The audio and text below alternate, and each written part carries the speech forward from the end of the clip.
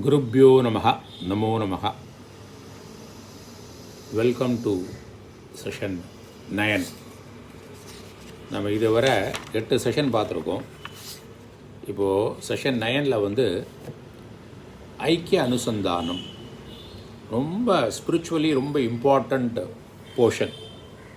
ஐக்கிய அனுசந்தானம் என்ன? ஜீவாத்மா பரமாத்மா ஒற்றுமையை சிந்தித்தல். அனுசந்தானம்னா அதை நினச்சி பார்க்குறது, சிந்திக்கிறது. இது ரொம்ப பெரிய விஷயம்.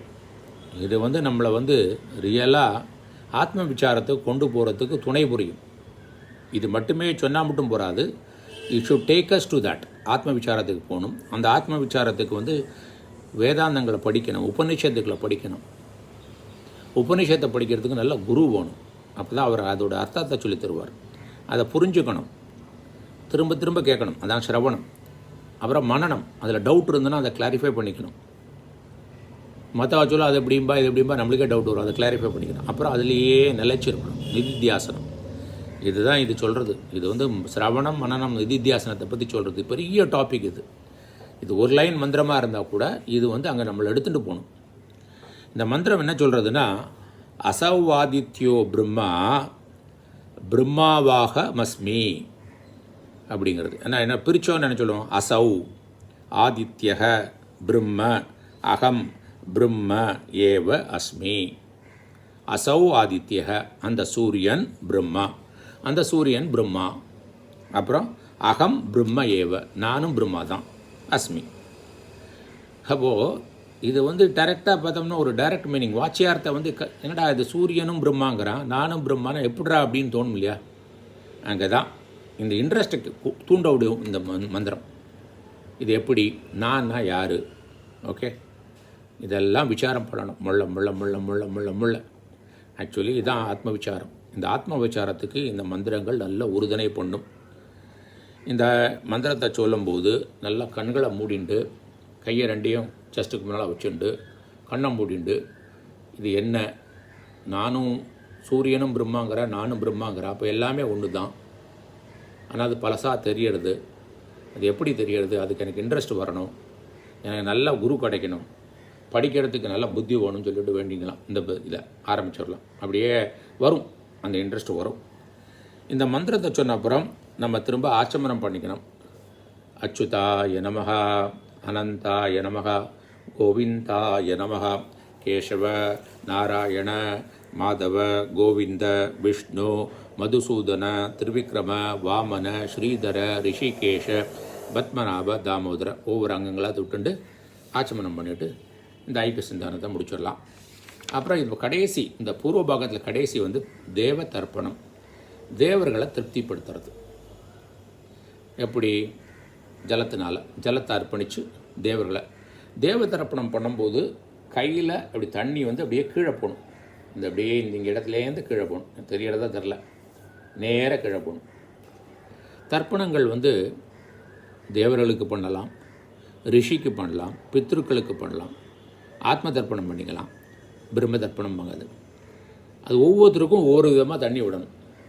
இப்போ தேவ தர்ப்பணம் பண்ணும்போது அப்படியே இங்கேருந்து பேஸ்லேருந்து, கையோட பேஸ்லேருந்து அப்படி கீழே பார்த்து வரல் வழியாக கீழே போகணும். ரிஷி தர்ப்பணம் பொழுது அதே வலது கையிலேருந்து அந்த இடது பக்கம் வழியாக இந்த இடத்த வழியாக கீழே விடணும்.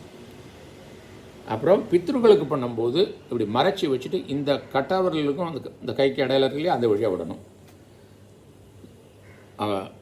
பிரம்மாண்டம் சுவயம்புவங்கும்போது அப்படியே தண்ணியை விட்டுட்டு இப்படி இந்த வழியாக விடுற மாதிரி விடணும். 4. இங்கே தேவ தர்ப்பணம்னால இப்படி கையிலேருந்து இப்படிலேருந்து விடணும். முதல்ல நவகிரகங்களுக்கெல்லாம் திருப்தி பண்ணிடுறோம். அப்புறம் மற்ற எல்லா தேவர்களுக்கும் பண்ணிடுறோம். அப்போ இதெல்லாம் நம்மளுக்கு என்ன ஆகும்? நல்ல டைம் கொடுக்கும். நவகிரகங்கள்லாம் அந்த தோஷம் இந்த தோஷம் எல்லாம் பற்றி கவலைப்பட வேண்டாம். ஏன்னா எல்லாரையும் திருப்தி பண்ணிடுறோம். அப்புறம் எல்லா தேவர்களுக்கும் பண்ணிடுறோம். அதனால் கவலை இல்லை. அப்போ தர்ப்பயாமின்னா ஜலத்தை வைத்து அர்ப்பணித்து திருப்தி செய்கிறேன், ஜலத்தை அர்ப்பணித்து திருப்தி செய்கிறேன் அப்படின்பா. அப்போ நான் ஆதித்யம்னா சூரியன், சூரியனுக்கு ஜலத்தை அர்ப்பணித்து திருப்தி செய்கிறேன். சோமம்னா சந்திரன், அங்காரகம்னா செவ்வாய், புதம்னா எல்லாத்துக்கும் தர்ப்பயாமி நான் சொல்லலை, செய்யணும். ஆதித்யம் தர்ப்பயாமி, சோமம் தர்ப்பயாமி சந்திரனுக்கு, அங்காரகம் தர்ப்பயாமி செவ்வாய்க்கு, புதம் தர்ப்பயாமி புதனுக்கு, பிரகஸ்பதியும் தர்ப்பயாமி குருக்கு, சுக்ரம் தர்ப்பயாமி சுக்ரனுக்கு, சனேஸ்வரம் தர்ப்பயாமி சனிக்கு, ராகும் தர்ப்பயாமி ராகுவுக்கு, கேதும் தர்ப்பயாமி இதெல்லாம் எல்லா பிளானட்டுக்கும். அப்புறம் கேசவம் தர்ப்பயாமி கேசவனுக்கு, நாராயணம் தர்ப்பயாமி நாராயணனுக்கு, மாதவம் தர்ப்பயாமி, கோவிந்தம் தர்ப்பயாமி, விஷ்ணும் தர்ப்பயாமி, மதுசூதனம் தர்ப்பயாமி, திருவக்கிரமம் தர்ப்பயாமி, வாமனம் தர்ப்பயாமி, ஸ்ரீதரம் தர்ப்பயாமி, ரிஷிகேஷம் தர்ப்பயாமி, பத்மநாபம் தர்ப்பயாமி, தாமோதரம் தர்ப்பயாமி. இந்த கேசவன் நாராயணெல்லாம் நம்மளுக்கு ஏற்கனவே அந்த அங்கமந்திரத்தில் சொன்னாலும் திரும்ப திரும்ப சொன்னால் அது ஆட்டோமேட்டிக்காக வந்துடும். இதை சொல்லிவிட்டு திரும்ப ஆச்சமனம் பண்ணணும். அச்சுதாய நமஹ, அனந்தாய நமஹ, கோவிந்தாய நமஹ, கேசவ, நாராயண, மாதவ, கோவிந்த, விஷ்ணு, மதுசூதன, திரிவிக்ரம, வாமன, ஸ்ரீதர, ரிஷிகேஷ, பத்மநாப, தாமோதர எல்லா பார்ட்டியும் தொட்டுட்டு பண்ணணும். இது முடிஞ்சுட்டு அப்போ என்ன செய்யும் போதும் நல்லா தர்ப்பணம் பண்ணிவிட்டு நான் சொன்ன மாதிரி வலது கை உள்ளங்கையிலேருந்து அப்படியே கீழே நோக்கி தண்ணியை பிடிச்சிட்டு காலையில் வந்து கிழக்கு நோக்கியும் நடுப்பகலும் மாலையிலும் வடக்கு நோக்கி உட்காந்து கீழே உட்காந்து பண்ணணும்.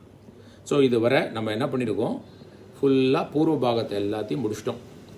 ஸோ எதெல்லாம் முடிச்சிருக்கோம், நம்ம ஆச்சமனம் முடிச்சிருக்கோம், கணபதி தியானம் முடிச்சிருக்கோம், பிராணாயாமம் முடிச்சிருக்கோம், சங்கல்பம் முடிச்சிருக்கோம், மார்ஜனம் முடிச்சிருக்கோம், பிராஷனம் படிச்சிருக்கோம். பிராஷனம் வந்து மார்னிங் டிஃப்ரெண்ட்டு, மத்தியானம் டிஃப்ரெண்ட், சாயங்காலம் டிஃப்ரெண்ட்டாக தனியாக படிச்சிருக்கோம்.